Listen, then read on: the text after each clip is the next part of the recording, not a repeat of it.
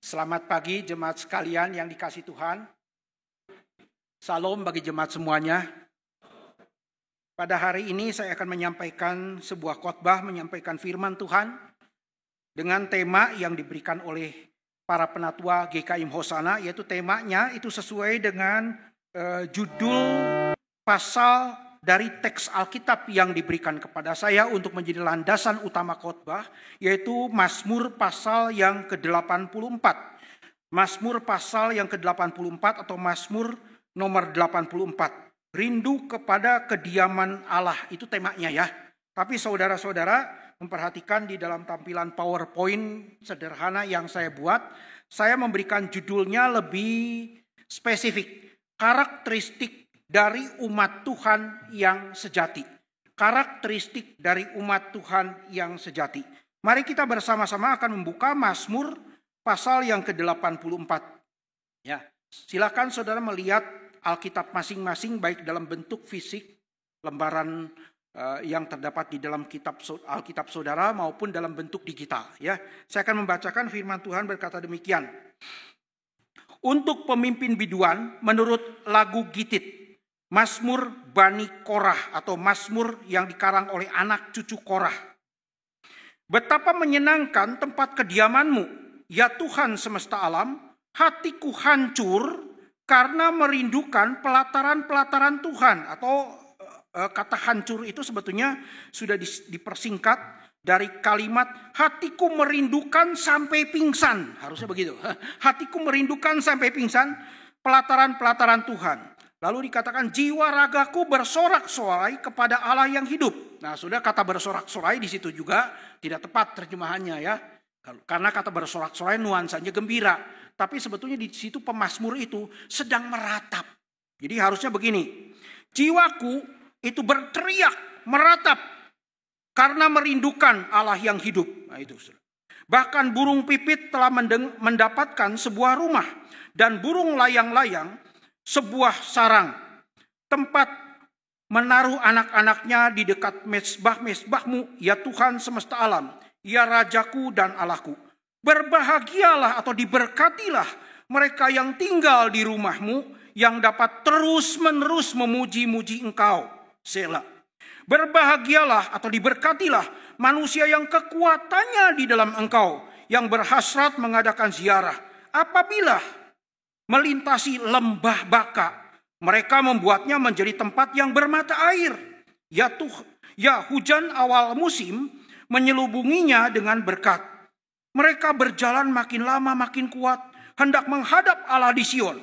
Ya Tuhan semesta alam, dengarkanlah doaku. Pasanglah telinga, ya Allah Yakub, Selah. Lihatlah perisai kami, ya Allah. Pandanglah wajah orang yang kau urapi. Sebab lebih baik 1 hari di pelataranmu daripada 1000 hari di tempat lain. Lebih baik berada di ambang atau di gerbang pintu rumah Allahku daripada berdiam atau tinggal di kemah-kemah orang fasik. Sebab Tuhan adalah matahari dan perisai. Kemurahan dan kemuliaan ia berikan. Ia tidak menahan kebaikan kepada orang yang hidupnya tidak bercela.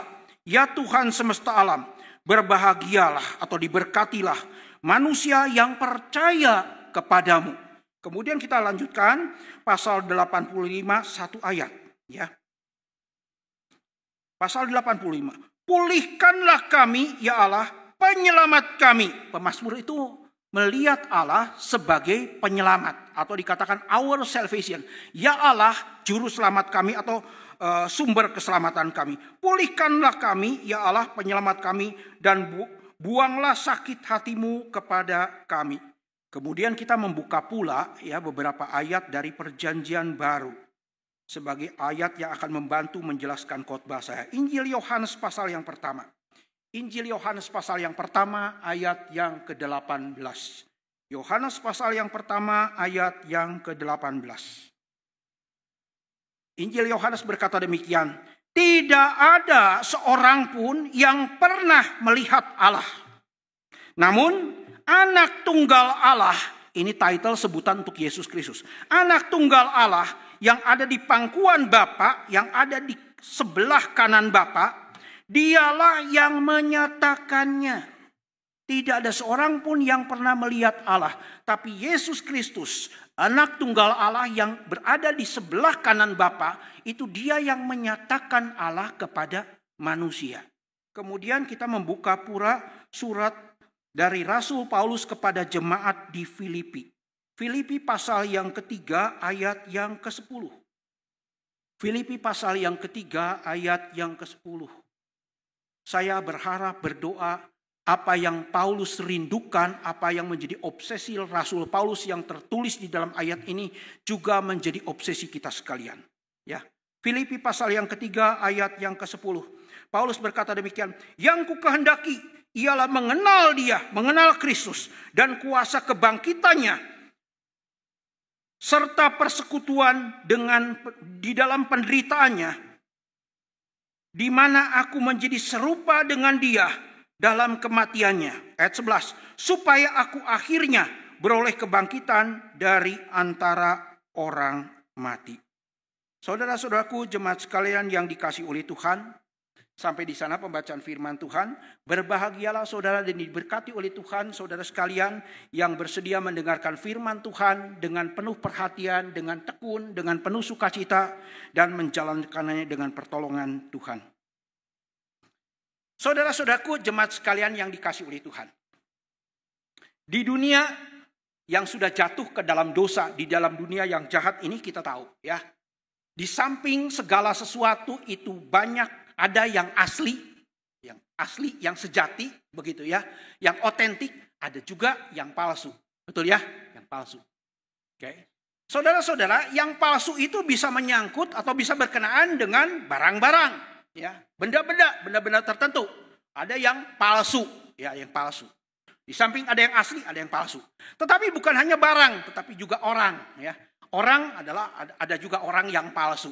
Yang saya maksudkan bukan manusia buatan, ya. Seringkali juga dibuat manusia buatan, baik itu dalam bentuk manusia buatan yang mati, patung, ataupun humanoid yang sekarang diupayakan, robot yang kemudian dikasih kulit karet seperti manusia, bisa begitu. Itu manusia palsu seperti dia. Tapi dalam arti profesi, ya. Misalnya kita mengenal di dalam berita-berita yang pernah kita baca ataupun dengar, ada tentara yang palsu atau gadungan. Bukan tentara tetapi mengaku tentara. Tentara palsu. Tetapi kemudian juga ada polisi. Polisi yang palsu, polisi gadungan. Lalu ada juga dokter. Dokter yang palsu, dokter yang gadungan. Ya. Di samping barang juga ada orang yang palsu. Tetapi saudara-saudara, belakangan ini kita melihat sedang ngetren. Bukan hanya ada tentara palsu, polisi palsu, ya kemudian ada dokter palsu, ada juga pendeta-pendeta yang palsu. Di banyak gereja, saudara, ada pendeta-pendeta yang palsu. Tidak mudah sebetulnya untuk menjadi pendeta, saudara. Tidak mudah. Tapi sekarang dikit-dikit pester. Aktif dikit pester. Gampang jadi pendeta. Nggak pernah sekolah Alkitab, tidak pernah sekolah teologi, diangkat jadi pendeta. Lalu bukan hanya itu, bukan hanya prosesnya. Motif dan motivasinya juga salah. Jadi pendeta tujuannya apa? Memperkaya diri. Dengan ajarannya yang salah. Maka saudara, orang seperti itu pendeta palsu, bukan pendeta, seringkali disebut pendusta. Wah, ya. Jadi ada barang palsu, ada orang yang palsu. Pertanyaannya, saudara-saudara, kan kita tidak ingin terkelabui oleh barang palsu maupun apalagi orang palsu, betul tidak? Ya kan? Bagaimana kita bisa membedakan? Bagaimana kita bisa mengenali? Bagaimana kita bisa mengetahui, mengidentifikasi sesuatu, baik itu barang maupun orang yang asli atau yang palsu. Nah, saudara-saudara, ada satu prinsip yang harus kita pegang. Bahwa cara yang ampuh untuk kita bisa mengetahui sesuatu itu asli atau tidak adalah dengan cara kita itu harus terlebih dahulu mengetahui, mengenali dengan jelas karakteristik, apa yang disebut karakteristik dari sesuatu baik itu barang maupun orang yang asli. Untuk bisa membedakan sesuatu itu palsu atau tidak harus terlebih dahulu tahu karakteristik dari yang asli. Apa itu karakteristik? Karakteristik dari kata karakter. Karakter seringkali diterjemahkan sifat. karakteristik adalah sifat-sifat, tanda-tanda, ciri yang khas yang ada pada sesuatu yang menandakan itu adalah betul itu, saudara. Bukan sesuatu yang lain. Di mana ciri, tanda, karakteristik ini tidak ada pada sesuatu yang bukan itu, saudara. Sesuatu yang palsu nggak memiliki itu. Ada karakteristiknya, saudara. Ciri tanda keaslian, tanda kesejatian. Sejati artinya asli, sebenarnya, tulen. Untuk mengetahui hal itu, ya. Misalnya contoh uang palsu. Ya, bagaimana saudara tahu uang yang saudara terima itu asli atau palsu? Nah, saudara-saudara, kan kita tidak bisa mengetahuinya kalau kita tidak mengetahui karakteristik uang yang asli. Bagaimana kita mengenali uang yang asli, saudara-saudara? Maka Bank Indonesia itu kemudian memberikan anjuran, memberikan panduan kepada masyarakat untuk mengenali terlebih dahulu uang yang asli, yang punya karakteristik, yang tidak terdapat, tidak dipunyai oleh uang yang palsu. Caranya apa? Dengan 3D. Yang pertama apa? Harus dilihat dulu dengan jelas. Dilihat, lalu apa saudara? Diraba. Dan terakhir diterawang di bawah sinar lampu. Nah, uang yang asli, saudara, lembaran uang yang asli, cirinya apa? Itu cetakannya, baik huruf maupun angkanya, itu warnanya tegas, jelas, terang. Sedangkan yang palsu itu lebih pucat dan seringkali saudara gampang luntur. Nah, itu bedanya, saudara, karakteristik, ya. Yang kedua, kalau dipegang, ya, diraba. Uang yang asli justru lebih tebal. Teksturnya lebih kasar. Uang yang palsu lebih tipis, lebih licin. Lalu kalau diterawang, uang yang asli ada apa? Yang disebut watermark, tanda air. Ada benang pengaman. Ini tidak ada, saudara, pada uang yang palsu. Jadi saudara, kita tahu bahwa yang asli itu selalu punya ciri-ciri, tanda-tanda yang khas. Yang menandakan keasliannya, yang tidak ada pada sesuatu yang palsu. Nah, kalau begitu pertanyaan dari saudara. Bicara asli palsu, apa hubungannya Pak? Mungkin saudara bertanya dengan teks Alkitab, nats Alkitab, Mazmur 84 pada hari ini. Saudara-saudara, disinilah kita harus tahu apa yang disebut pokok utama dari khotbah. Pokok utama dari khotbah atau proposisi khotbah, bahasa teknisnya, bahasa teologisnya, proposisi khotbah, timeless truth, itu harus terlebih dahulu dipahami. Saudara, seseorang hamba Tuhan, seorang pendeta, ketika membaca, ketika menganalisis sebuah teks Alkitab, kalau belum ketemu dengan pokok utamanya, kalau belum ketemu dengan apa yang disebut proposisinya, dia tidak akan bisa khotbah atau khotbahnya akan menyimpang.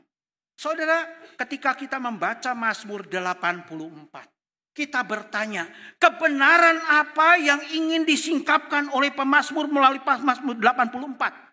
Maka kita melihat saudara proposisi ini, pokok utama ini, bahwa Mazmur pasal 84 yang dikarang, yang ditulis oleh kelompok orang yang menamakan diri adalah the sons of Korah, anak cucu Korah, Bani Korah. Ternyata Mazmur ini menyingkapkan kepada kita, menjelaskan kepada kita, mengajarkan kepada kita bahwa yang disebut umat Tuhan yang sejati, umat Tuhan yang asli, umat Tuhan yang sebenarnya, umat Tuhan yang tulen, itu punya karakteristik. Punya karakteristik yang menjadi ciri khas, di mana karakteristik ini tidak terdapat, tidak dimiliki, tidak dipunyai oleh orang-orang yang bukan umat Tuhan. Hari ini saudara, kita menyebut diri sebagai orang-orang Kristen. Orang-orang yang percaya kepada Tuhan Yesus Kristus. Dan kitalah disebut sebagai umat Tuhan. Tetapi pertanyaannya, apakah kita adalah umat Tuhan yang asli atau umat Tuhan yang palsu? Maka nanti kita akan melihat saudara, bahwa Mazmur 84 ini di akhir khotbah itu menjadi panduan bagi saudara dan saya untuk mari kita bersama-sama memeriksa diri kita, mengintrospeksi diri kita, mengevaluasi diri kita masing-masing. Apakah kita betul umat Tuhan yang asli? Atau justru jangan-jangan umat Tuhan yang palsu? Saudara, kalau begitu pertanyaannya, apakah saja karakteristik dari umat Tuhan yang sejati yang disingkapkan, yang diungkapkan, dinyatakan oleh Mazmur pasal 84? Ada 3 karakteristik, ya. Sesuai dengan teks Alkitab yang kita tadi baca. Ada 3 karakteristik, yaitu yang diakhiri dengan 3 si, ya, si. Oke. Yang pertama, umat Tuhan yang sejati, saudara-saudara. Orang-orang Kristen yang sejati, yang disebut umat Tuhan, itu mempunyai apa yang disebut sebagai obsesi. Obsesi terhadap rumah Allah. Obsesi yang sangat kuat, sangat besar terhadap rumah Allah. Terhadap rumah Tuhan, terhadap bait Allah. Pasti punya obsesi itu, saudara-saudara. Oke, saya jelaskan sedikit, saudara. Kalau bicara umat Tuhan itu bisa merujuk kepada individu masing-masing. Seperti saya, Anthony Nathan, seorang yang percaya kepada Yesus. Saya juga secara singular, itu disebut secara tunggal umat Tuhan. Tapi komunitas orang percaya, gereja Tuhan, persekutuan orang percaya, persekutuannya juga disebut umat Tuhan. Jadi umat Tuhan bisa di dalam 2 pengertian. Singular atau plural. Tunggal atau jamak. Bisa begitu ya. Lalu saudara, apa yang disebut obsesi? Obsesi seringkali punya konotasi negatif. Betul nggak? Karena misalnya kita tahu ada penyakit psikis yang disebut OCD. Obsessive Compulsive Disorder. Saudara, obsesi sebetulnya tidak harus selalu berarti negatif. Tetapi seringkali juga berarti positif. Di dalam hal Mazmur 84, obsesi yang dinyatakan oleh pemazmur menjadi karakteristik dari umat Allah, itu sifatnya positif. Apa itu obsesi? Satu pikiran, satu keinginan yang begitu kuat, yang terus menguasai seseorang, yang mendorong orang itu untuk melakukan sesuatu. Obsesi, terobsesi untuk melakukan sesuatu. Dan saudara-saudara, Mazmur pasal 84 menyingkapkan kepada kita di dalam ayat 2-6 dan ayat yang ke-11. Betapa seorang umat Tuhan yang sejati selalu terobsesi dengan hadir di rumah Tuhan. Itu cirinya.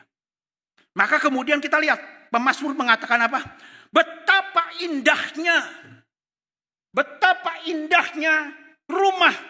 rumah Tuhan, pelataran rumahmu. Sampai aku dikatakan ketika jauh daripada Tuhan, ketika tidak hadir, tidak berada di rumah Tuhan, maka hatiku menjerit.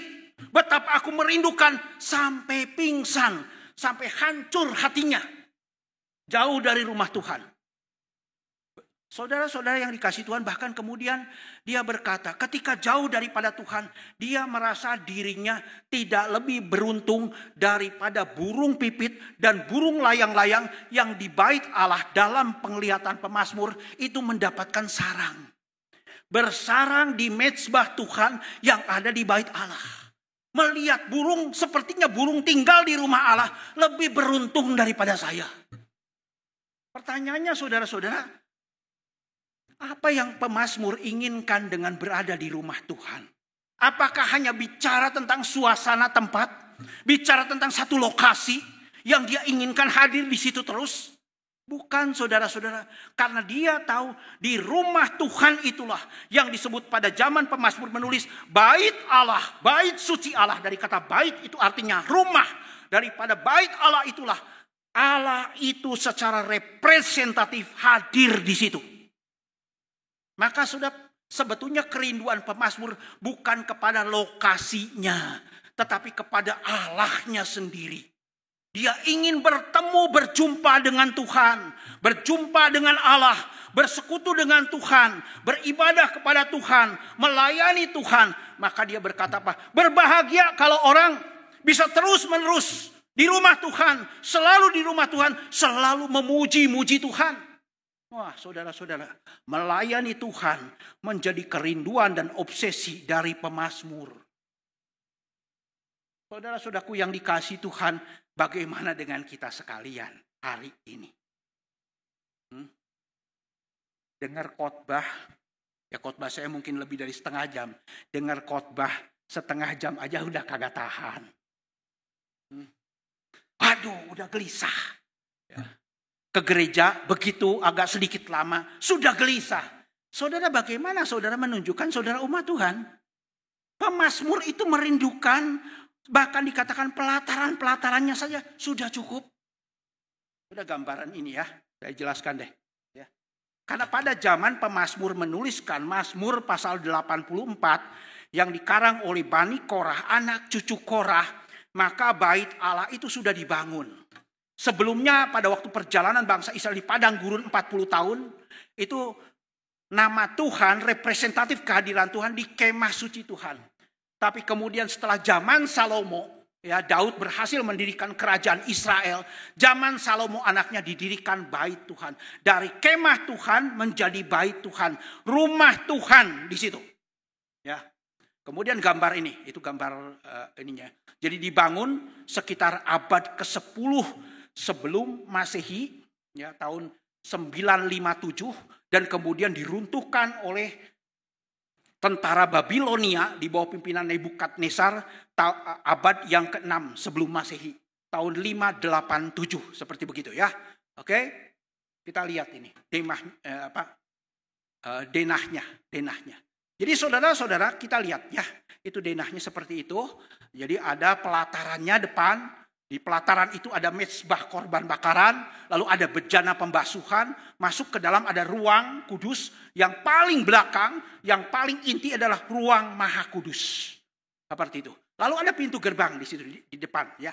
Pelataran Tuhan itu adalah tempat yang paling dekat yang bisa didatangi oleh orang-orang Israel, oleh umat Tuhan yang bukan imam. Imam bisa sampai kemudian kepada ruang kudus. Tapi imam besar yang hanya bisa masuk ke ruang maha kudus.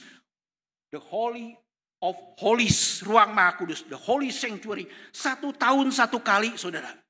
Ya, pada hari raya pendamaian, hari raya Yom Kippur. Jadi saudara-saudara di rumah Tuhan, pelayanan yang paling minimal, pelayanan yang kelihatannya paling rendah, itu menjadi penjaga di rumah Tuhan, di pelataran, di pintu gerbangnya. Kalau ada umat Tuhan mau datang di situ memberikan korban persembahan, korban bakaran, ya akan dievaluasi dulu oleh penjaga pintu gerbang seperti Aser zaman sekarang.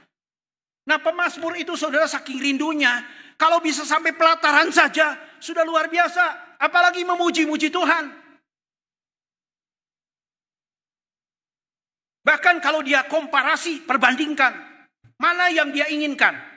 Tinggal di kemah-kemah orang-orang yang tidak beriman, orang-orang yang fasik, orang-orang yang tidak bertuhan, yang hidup dalam kelimpahan, kemewahan, kenikmatan, kenyamanan. Dia berkata, lebih baik aku jaga pintunya rumahnya Tuhan. Maka kita lihat saudara-saudara, di dalam ruang lingkup kerajaan Tuhan, di dalam ruang lingkup rumah Tuhan, tidak ada pelayanan sekecil apapun yang hina. Pelayanan yang sekecil, yang paling rendah dilihat pun lebih mulia daripada segala kemewahan, kelimpahan, kenikmatan dunia. Ini saudara-saudara yang menjadi ciri khas seorang yang disebut umat Tuhan yang sejati. Maka saya bertanya kepada saudara-saudara, apakah karakteristik ini ada pada saudara sekalian? Dan saudara, hari ini kita melihat yang disebut rumah Tuhan itu telah berubah arti, telah bergeser. Maksudnya apa? Pada zaman perjanjian lama saudara-saudara, sebelum karya Yesus Kristus dikerjakan dengan tuntas, karya penebusannya yang mendamaikan manusia, umat Allah dengan Allah, maka kita lihat saudara, rumah Allah, rumah Allah dan umat Allah terpisah. Mulai dari kemah suci saudara.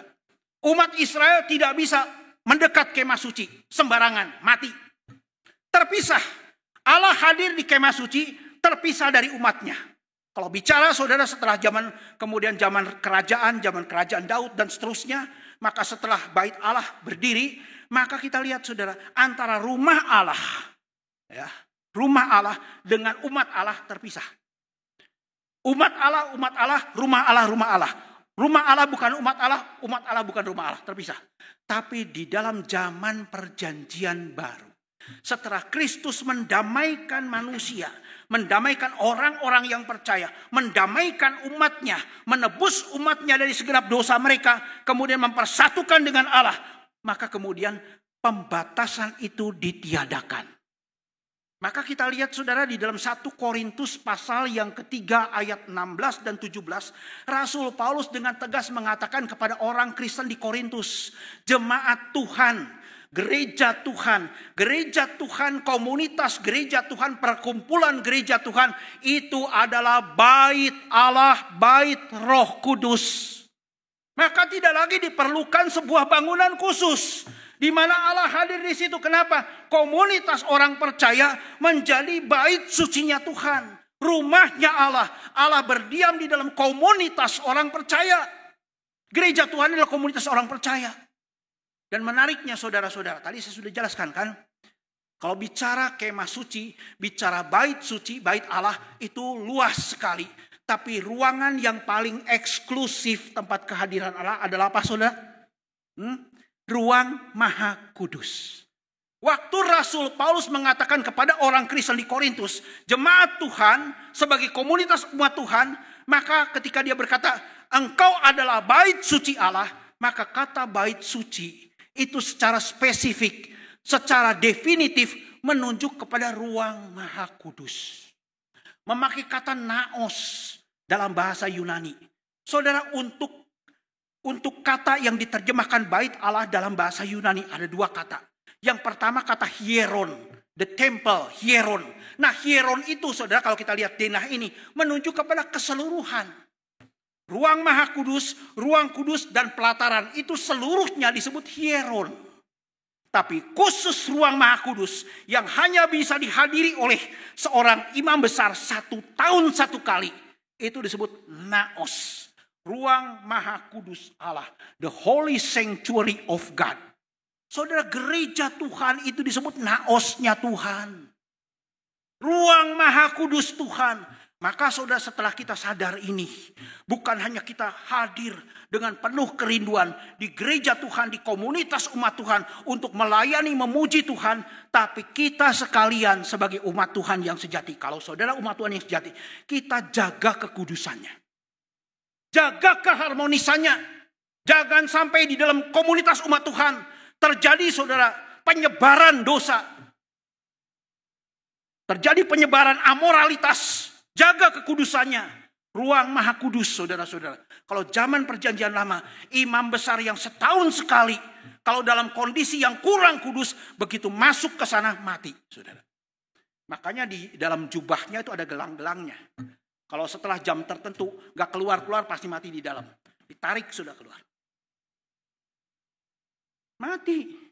Sekarang kita begitu gampangnya merusak keharmonisan gereja Tuhan. Ada perpecahan. Lalu kemudian penyebaran dosa dan sebagainya. Saudara, Rasul Paulus mengatakan apa? Di dalam 1 Korintus pasal yang ketiga. Kalau ada orang yang membinasakan bait Tuhan dalam pengertian komunitas Tuhan. Tuhan akan membinasakan dia.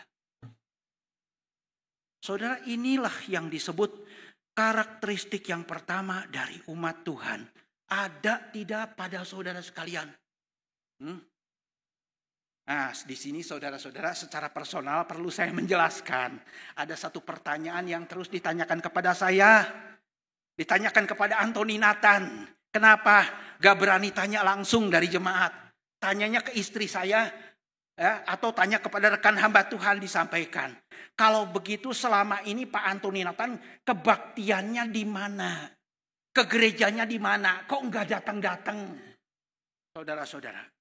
Sebetulnya kalau bicara saudara, gereja Tuhan, maka tidak pernah di dalam hati saya ada gereja Tuhan yang bisa menggantikan GKIM Hosana. Hampir setengah dari umur hidup saya. Sekarang saya masuk usia 62 tahun. 30 tahun saya menghabiskan masa muda saya dan pelayanan saya, seluruh kekuatan saya di GKIM Hosana. GKIM Hosana walaupun mungkin masih banyak kurangnya. Tidak ada gereja Tuhan yang sempurna. Tapi bagi saya terbaik. Lalu kenapa nggak datang ke sini tiap minggu? Itu pertanyaan kan? Pertanyaan saudara. Saudara, saya itu punya dan pegang prinsip pastoral. Ada etika pastoral yang saya harus pegang. Kenapa? Karena saya bukan hanya jemaat, tapi juga saya hamba Tuhan. Maka saya pegang etika pastoral. Setelah saya pensiun, setelah saya retired, bukan hanya retired, setelah emeritus, saya juga resign. Tahun 2022, saya itu resign. Artinya apa saudara? Secara institusi, secara organisasi, saya bukan lagi hamba Tuhan GKIM Hosana. Walaupun saya masih hamba Tuhan, hamba Kristus, hamba Allah Bapa. Ya betul saudara, seumur hidup saya adalah hamba Tuhan. Saya bukan lagi gembala jemaat GKIM Hosana. Dan saya tidak ingin membingungkan itu. Kalau masih tiap minggu bahasa Sundana kurunyung begitu kan, datang. Saudara akan bertanya lagi, kemana aja Pak Antoni? Begitu kan. Sepertinya wah Pak Antoni ini diikat pelayanan di sini, kok tidak datang ke sini? Saya memberikan teladan yang tidak baik dan juga membingungkan jemaat. Dan yang kedua adalah apa? Saya akan menyusahkan rekan-rekan hamba Tuhan yang saya percaya dan saya hormati. Kalau saya datang terus, jadi bayang-bayang bagi mereka. Supaya mereka bertumbuh dalam pelayanan, berkembang kepemimpinannya, saya harus menahan diri, cari gereja lain. Tapi gak gampang saudara-saudara. Ya, maka saudara bersyukur harus datang terus ke GKIM Hosana kalau saudara betul umat Tuhan. Itu karakteristik yang pertama. Yang kedua, kita lihat. Si yang kedua. Orang yang disebut sebagai umat Tuhan yang sejati. Orang Kristen yang sejati. Maka punya ada yang disebut si yang kedua. Si yang kedua ini sifatnya ganda. Yaitu apa yang disebut sebagai visi dan juga ekspektasi. Visi dan juga ekspektasi terhadap apa yang disebut sebagai Sang Mesias. Visi dan ekspektasi yang tertuju kepada Sang Mesias atau bahasa perjanjian barunya adalah Yesus Sang Mesias, Yesus Kristus, Jesus the Christ.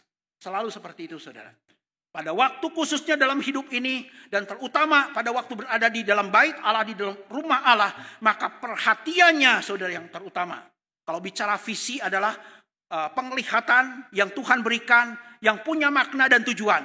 Dan kemudian ekspektasi adalah harapan. Harapannya, perhatiannya tertuju kepada Yesus Sang Mesias. Yesus Kristus yang disebut sebagai Tuhan dan Allah yang kemudian menjadi penyelamat atau juru selamat. Perhatian seperti itu. Dan saudara kita lihat hal ini kebenarannya di mana? Tertulis di dalam ayat yang ke-10 dan ayat yang ke-12. Ayat yang ke-10 dan ayat yang ke-12. Saudara-saudaraku yang dikasihi Tuhan, pemazmur itu menjelaskan bahwa umat Tuhan yang sejati pasti punya visi dan ekspektasi. Pandangan, penglihatan, pengharapan, kebanggaan, perhatian, ketertarikan, visi, dan juga pengharapan yang ditujukan, diorientasikan kepada pribadi Yesus Kristus yang adalah Tuhan. Perhatiannya begitu.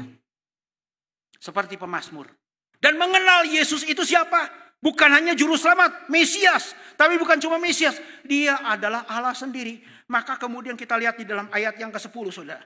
Dia berkata apa? Lihatlah perisai kami ya Allah. Pandanglah kepada wajah orang yang kau urapi.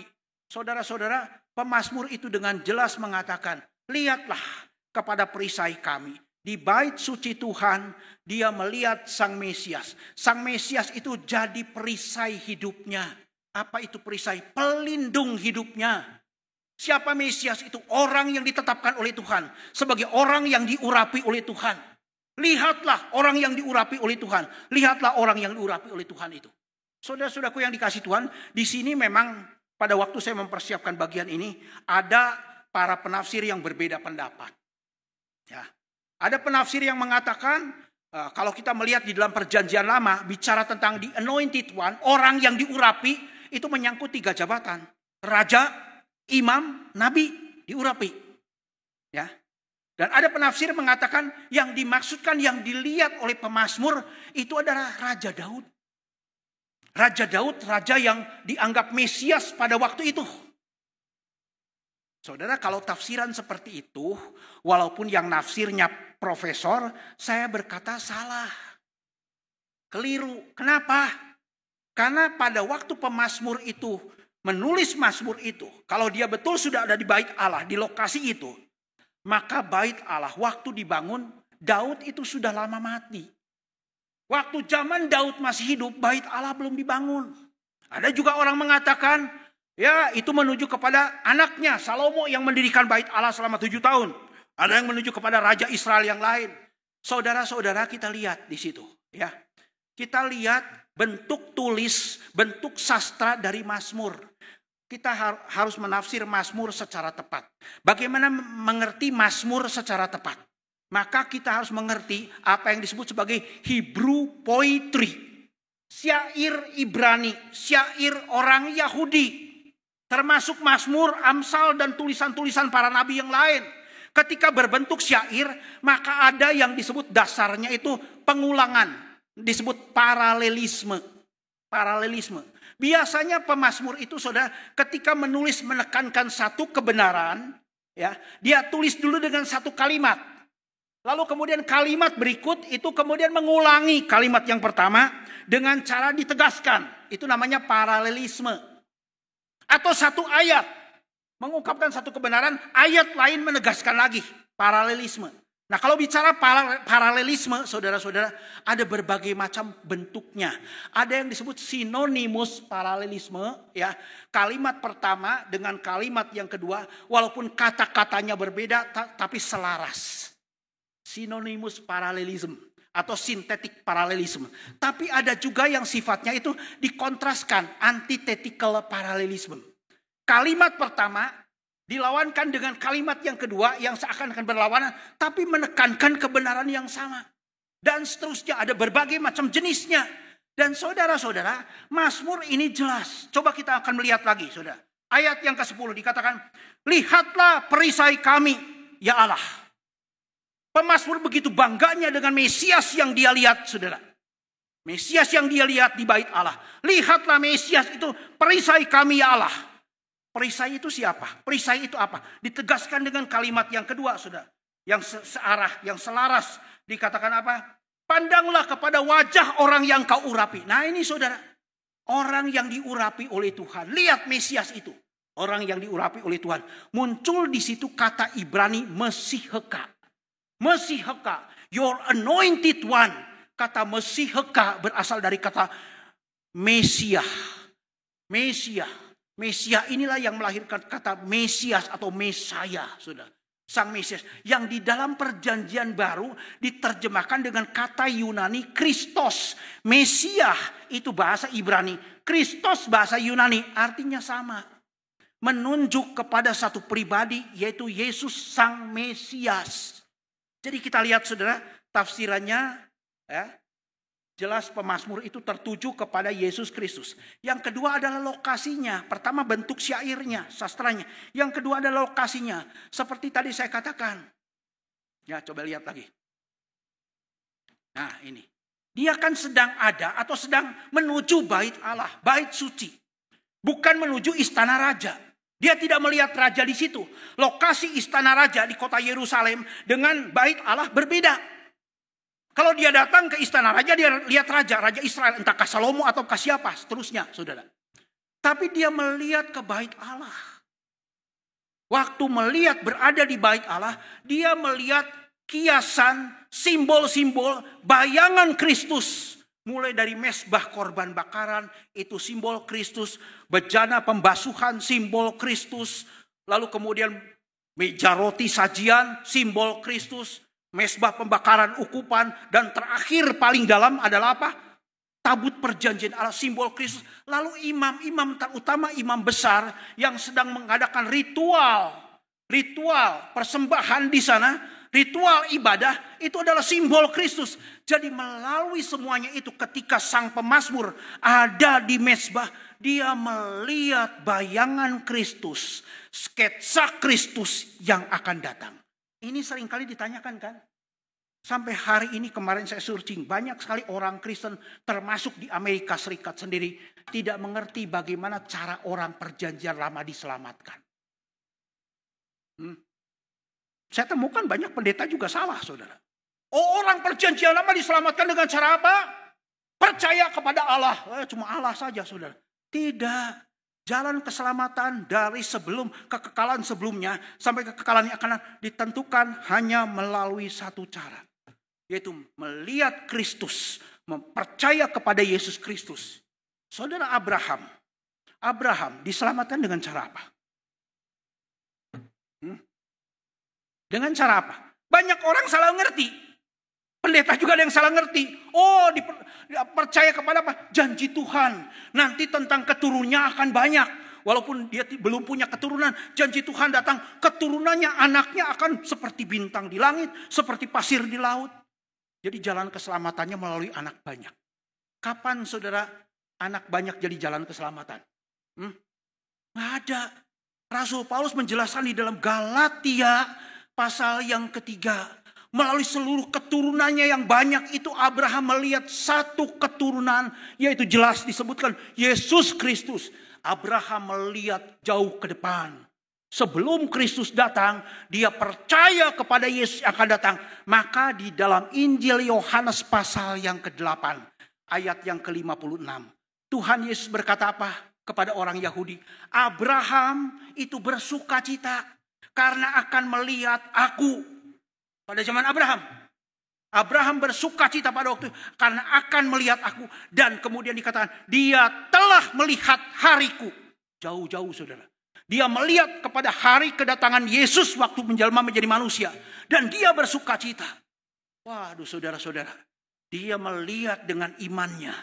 Bukan karena imannya dibenarkan. Tapi iman itu sarana. Diarahkan kepada Kristus. Itu yang membuat dia dibenarkan. Saudara-saudaraku yang dikasihi Tuhan. Seperti itu pula lah orang-orang Kristen seharusnya. Jika saudara-saudara mengaku sebagai umat Tuhan, maka pandanganmu harus terarah kepada Tuhan Yesus Kristus. Dan siapa Kristus? Dijelaskan saudara di dalam ayat yang ke-12. Mesiheka itu, your anointed one, adalah apa? Tuhan Allah sendiri. Yahweh Elohim adalah perisai itu. Jelas saudara menegaskan. Kenapa? Karena di dalam konsep perjanjian lama, Sang Juru Selamat yang bisa menghadirkan, memberikan, menganugerahkan keselamatan cuma pribadi Allah sendiri. Maka kemudian Mazmur 85 ayat 5 mengatakan apa? Tuhan itu adalah keselamatanku.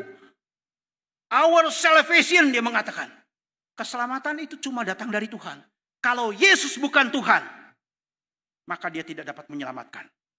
Maka Sang Mesias yang dilihat oleh pemazmur melalui kiasannya, melalui bayangannya di bait Allah.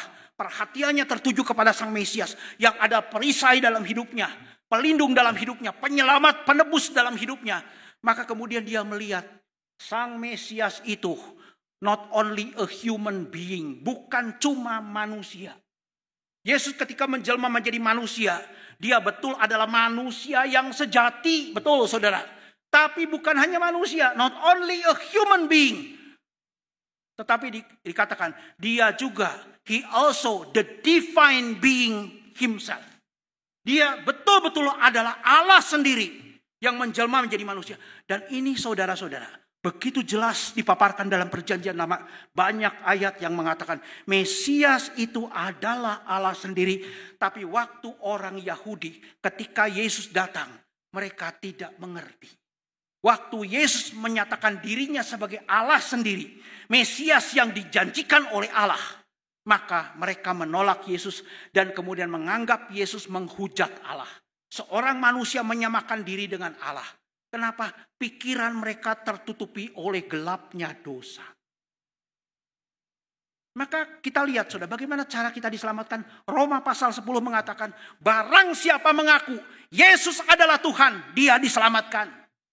Maka orang-orang yang tidak percaya sampai hari ini, tidak mengaku Yesus adalah Allah sendiri. Tidak mengaku, tidak bersedia mengaku Yesus adalah Tuhan. Dan mereka tidak diselamatkan. Menghujat Roh Kudus. Saudara-saudara, saya ingin daratkan konsep ini. Saya ingin daratkan akan prinsip ini, karakteristik ini. Karena ini penting, saudara. Kalau di gereja Tuhan, seperti Rasul Paulus mengatakan, yang kurindukan adalah mengenal Kristus. Obsesinya ketika berada di bait Allah, perhatiannya tertuju kepada Yesus Kristus. Dia ingin semakin hari semakin mengenal Yesus Kristus. Dan mengenal kuasa kebangkitannya. Kenapa? Dengan semakin mengenal Yesus, dia akan punya potensi semakin serupa dengan Kristus. Karena itu tujuan hidup Kristen. Serupa dengan Kristus dalam semua hal. Dalam segala karakter, dalam kebenaran dan kekudusan. Serupa dengan Kristus tujuan akhir hidup kita. Bagaimana jemaat bisa menjadi serupa dengan Kristus? Kalau Kristus jarang diajarkan. Kalau Kristus jarang dikhotbahkan. Saudara, itu yang menjadi keprihatinan saya 2,5 tahun setelah saya tidak di GKI Hosana. Istri saya tahu, tiap kali pulang ke gereja saya betul-betul mengeluh. Mengeluh masih boleh, saudara. Di gereja, baik konservatif gerejanya, kalau gereja konservatif ada gereja ekumenis, ada gereja injili. Apalagi gereja yang kontemporer, gereja karismatik, menekankan Roh Kudus. Sepanjang tahun, bahkan saudara, puncak dari kekecewaan saya waktu bulan Desember kemarin. Bulan Desember puncak kekecewaan saya. Oke lah kalau memang Kristus tidak diajarkan, tidak dikhotbahkan setiap minggu, tapi paling sedikit sebulan sekali. Kalau enggak sebulan sekali ya 2 bulan sekali. Sebab kalau tidak pernah dikhotbahkan, bagaimana jemaat semakin kenal Tuhan Yesus? Betul enggak?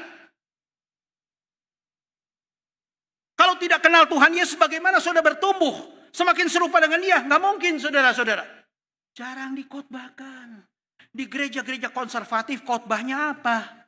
Harus berbuat ini, berbuat itu. Khotbahnya moralistik, sosial. Apa bedanya dengan agama lain, saudara-saudara? Lalu kalau di gereja-gereja, saudara kontemporer, gereja karismatik, yang dikhotbahkan apa? Saya berpikir 2-3 tahun lalu sudah tobat mereka. Ternyata enggak tobat, tambah angot, saudara. Teologi kemakmuran. Yang diberitakan, yang dikhotbahkan, berkat Tuhan, terima, begitu kan, berkat Tuhan lagi. Sampai kemudian tema khotbahnya apa? Ini tahun kelimpahan, tahun promosi, tahun berkatnya double. Kapan Kristusnya? Sampai bulan Desember. Bahkan pada waktu Natal, tidak ada khotbah tentang Yesus Kristus. Tapi gereja gampang sudah menyamarkan. Khotbah tentang Yesus, tentang Tuhannya disamarkan. Lalu muncul satu kalimat yang saya paling benci, saudara. Saya paling benci. Bukan kalimat frasa. Saya berkata, saudara, kalau ada pengkhotbah di tempat ini, khotbahnya pakai frasa ini, kita patut meragukan dia lulus SMA. Tata bahasa salah. Percaya Tuhan. Saudara, pernah dengar itu? Percaya Tuhan. Percaya Tuhan itu kan frasa. Frasa. Dua kata atau lebih yang membentuk satu kesatuan. Frasa. Percaya Tuhan. Percaya Tuhan. Percaya Tuhan. Saudara, secara tata bahasa, di SMA aja diajarkan, saudara, kalimat itu tidak benar. Apa itu percaya Tuhan? Apalagi secara teologis. Saya mau tanya kepada saudara. Kalau ada orang bertanya, apakah engkau percaya Tuhan? Jangan langsung dijawab. Tanya dulu, apa yang engkau maksudkan dengan frasa percaya Tuhan? What do you mean by the phrase of believe God? So dalam bahasa Inggris, believe God itu punya 2 pengertian. Believe about God, percaya tentang Tuhan, keberadaan Tuhan. Atau believe in God, percaya kepada Tuhan.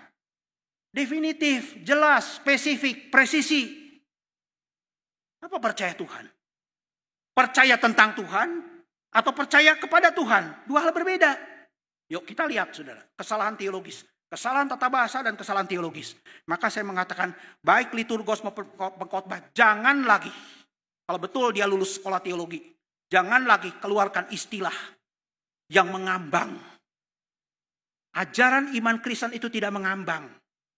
Karena kalau yang sebut mengambang, sebentar lagi menyimpang. Ingat. Yang mengambang pasti akan menyimpang. Menyimpang akan menyesatkan. Definitif. Ajaran teologi Kristen definitif. Presisi.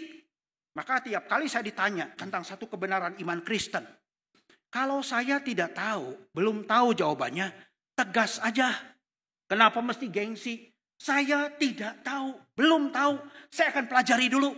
Tapi kalau saya sudah tahu, saya akan jawab definitif. Tidak mengambang, apalagi menyimpang. Percaya Tuhan. Salah secara teologis, saudara. Salahnya di mana? Yuk kita lihat. Orang ateis. Tidak percaya tentang Tuhan maupun percaya kepada Tuhan. Tapi orang sekuler di Amerika. Orang sekuler. Percaya tentang Tuhan, percaya adanya Tuhan. tapi mereka tidak percaya kepada Tuhan. Betul nggak? Tapi orang yang beragama, religious people, percaya tentang Tuhan, juga percaya kepada Tuhan. Maka mereka beragama. Tapi cukup nggak di situ? Percaya tentang Tuhan, percaya kepada Tuhan. Cuma jadi religious people, orang yang beragama. Bedanya di mana dengan kekristenan? Di mana keunikan iman Kristen? Di mana keistimewaan iman Kristen dibanding agama lain?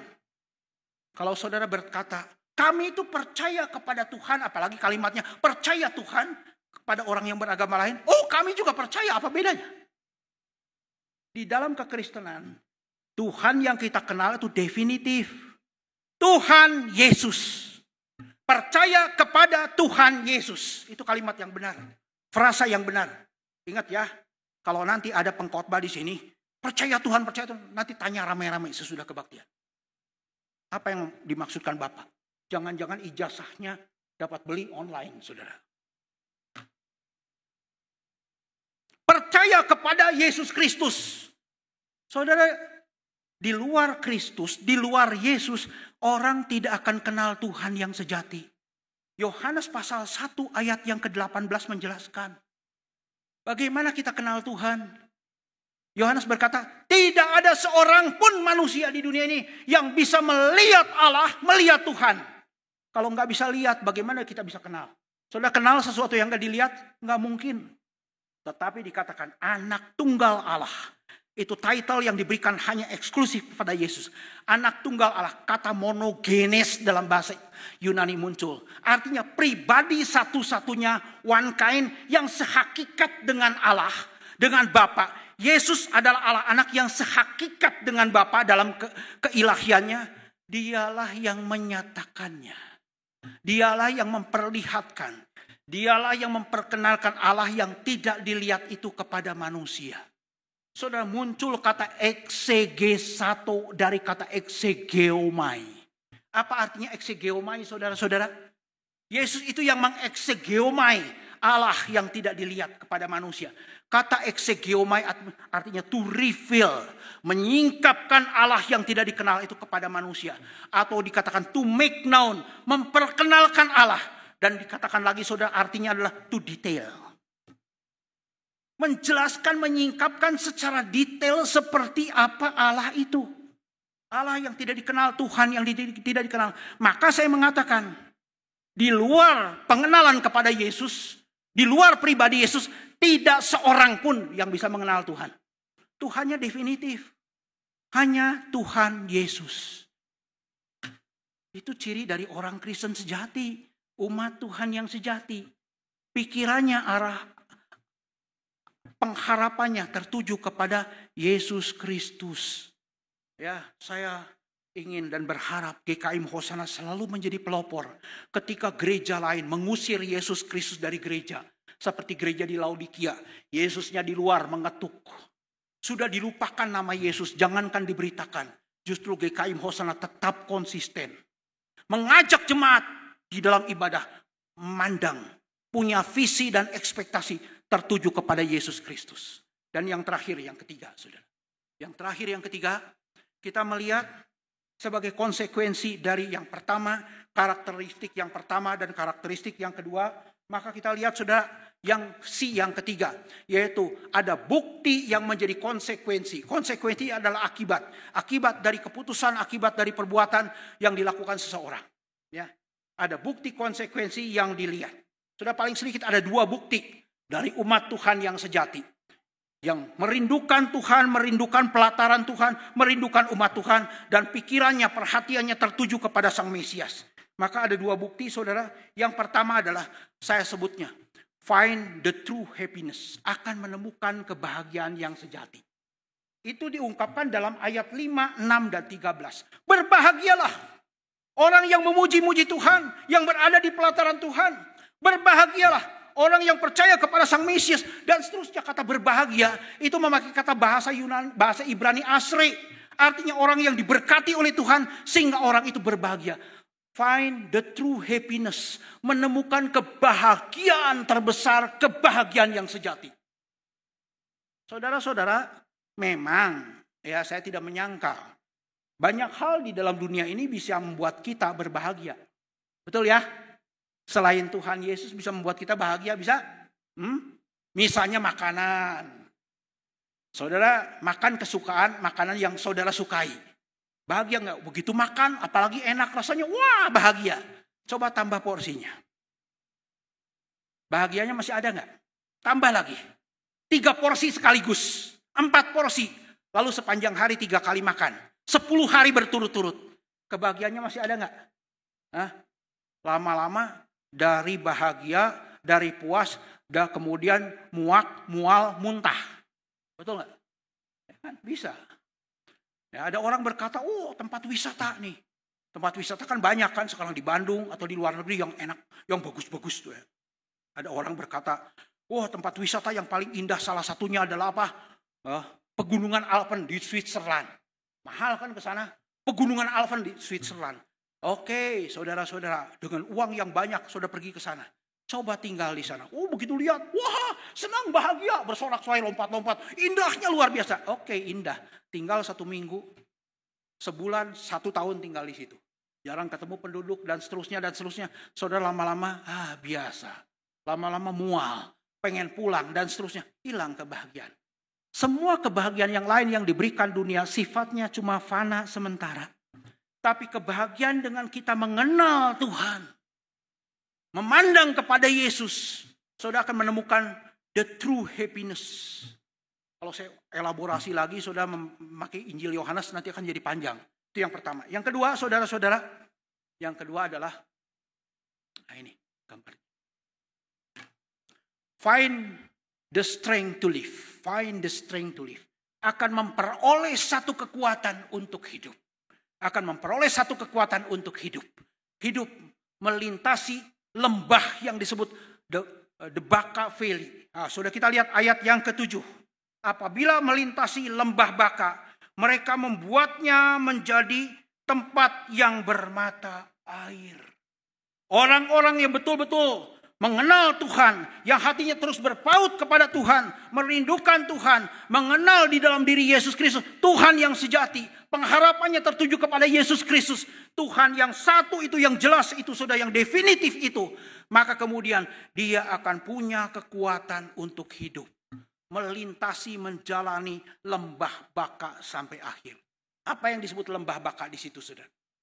Bahkan dikatakan semakin hari dalam pengembaraan di dunia ini semakin kuat. Kekuatannya dari mana, saudara? Orang yang disebut umat Tuhan yang sejati. Melintasi lembah Baka. Di mana lembah Baka itu? Banyak penafsir menafsirkan, mencoba mengidentifikasi. Mungkin ada satu lembah di dekat kota Yerusalem, tapi mereka tidak definitif dan seterusnya. Ada lembah Efraim, macam-macam. Tapi saudara, lembah Baka itu, kata Baka dalam bahasa Ibrani itu diterjemahkan tears, air mata. Weeping, the valley of weeping, lembah ratapan, lembah air mata. Saudara, sebetulnya ini menggambarkan seluruh perjalanan kehidupan kita dalam pengembaraan di dunia ini. Saudara akan mengalami air mata, kesulitan, kesusahan demi kesusahan. Saudara akan menangis, meratap, menangis. Karena ini hidup saudara-saudara di dalam dunia ini adalah sebuah lembah Baka. Meratap, menangis, meratap. Tapi orang yang percaya kepada Tuhan, Yesus, saudara, dikatakan apa? Diberikan kekuatan. Air mata itu bisa berubah menjadi mata air. Dia bisa menjalankan perjalanan hidupnya sampai akhir. Saudara-saudara, ini ada sebuah gambar ya yang saya temukan di internet untuk mengungkapkan Mazmur 84 tentang lembah Baka ini. Ya, dilukis oleh seorang pelukis Perancis namanya Gustave Dor di akhir abad yang ke-19. Itu gambarnya seperti itu.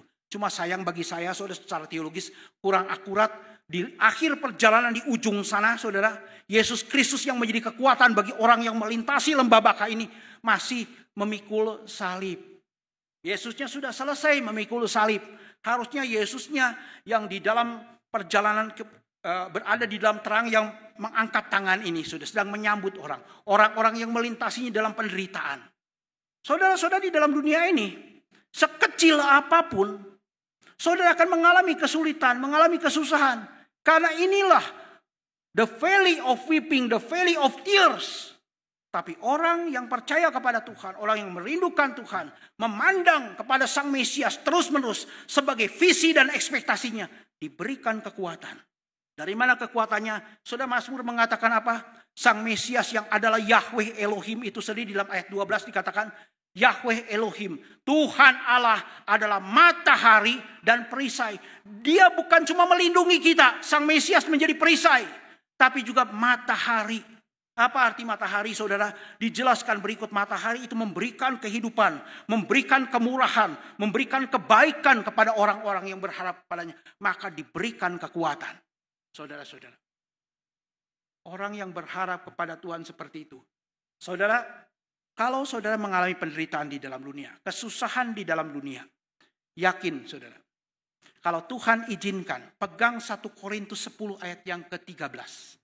Setiap kesulitan sebesar apapun, sehebat apapun atau sekecil apapun, kalau Tuhan perbolehkan, maka itu satu paket. Selalu satu paket. Satu paket. Tritunggal. Ya, pegang ini. Satu paket Tritunggal. Kalau kesulitan ada, maka diberikan kekuatan. Kedua, kekuatan untuk menanggung kesulitan. Selalu diberikan bersama. Dan yang terakhir apa? Jalan keluar. Jalan keluar untuk menanggungnya. Jalan keluar ini kadang-kadang diberikan berikutnya. Tapi yang dipastikan saudara-saudara, yang diberikan tidak pernah telat. Selalu bersamaan datang dengan masalah adalah apa? Kalau masalah ada, Tuhan tidak akan pernah izinkan satu masalah tanpa Dia berikan kekuatan untuk menanggungnya. Kalau ada masalah, diberikan kekuatan untuk menanggung. Sebab apa saudara? Kalau sekecil apapun masalah yang Tuhan izinkan terjadi, Tuhan tidak memberikan kekuatan, kita hancur satu hari saja. Betul tidak? Dan terakhir Tuhan berikan jalan keluar. Jalan keluar. Dan jalan keluar yang final, yang terakhir adalah apa? Keluar dari lembah baka ini. Orang-orang yang berharap kepada Tuhan, yang merindukan Tuhan, itu diberikan kekuatan untuk mengatasi lembah baka ini. Saudara, di akhir khotbah saya ini, di akhir khotbah, kita melihat sudah dari khotbah pada hari ini, dari teks Alkitab yang kita baca, Mazmur 84, pelajaran apa yang kita dapatkan. Ternyata Mazmur 84 saudara-saudara menyampaikan kepada kita satu kebenaran, bahwa umat Tuhan yang sejati punya karakteristik, ciri khas, tanda-tanda kesejatian dirinya sebagai umat Tuhan yang tidak terdapat pada orang yang bukan umat Tuhan, yang tidak ada pada orang yang menjadi umat Tuhan yang palsu. Pertanyaannya, apakah saudara memiliki 3 karakteristik ini? Biarlah Tuhan akan memberkati saudara. Kita berdoa. Terima kasih Tuhan untuk kebenaran firman-Mu yang Kau ajarkan kepada kami. Biarlah Engkau memberkati jemaat Tuhan yang sudah mendengarkannya. Terpujilah nama-Mu, dengar doa kami. Di dalam nama Tuhan Yesus Tuhan dan Juru Selamat kami yang hidup, kami sudah berdoa.